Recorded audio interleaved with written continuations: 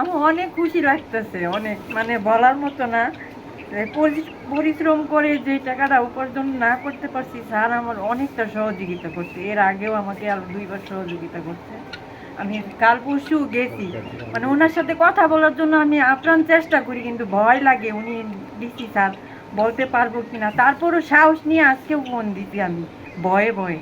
কিছুদিন আগে আপনার এই আসমা মেয়েটা আমার অফিসে যায়, গিয়ে তার জীবন সংগ্রামের কথা জানায় যে তার অসুস্থ আপনার ক্যান্সারের পেশেন্ট, তার মাকে বাঁচানোর জন্য সে যা অর্জন করেছিল গরু বিক্রি করে, আপনারা যে দেখতে পাচ্ছেন হাঁস মুরগির খামার সে করেছে, এগুলো থেকে যা আয় হতো তার মায়ের ক্যান্সারের পেছনে সেটা ব্যয় করেছে।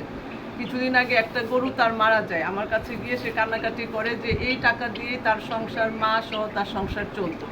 পরে আমি তাকে একটু আমার যতটুকু আমার সামর্থ্যের মধ্যে আমি তাকে একটু সহযোগিতা করার আগ্রহ ব্যক্ত করি, কিছুটা সহযোগিতা করেছি। আজকে তাকে একটা গরু কেনার জন্য আমরা সমাজ সেবা থেকে একটা বিশেষ তহবিল থেকে আমরা তাকে একটা গরু কেনার টাকা দেওয়ার জন্য এখানে এসেছি।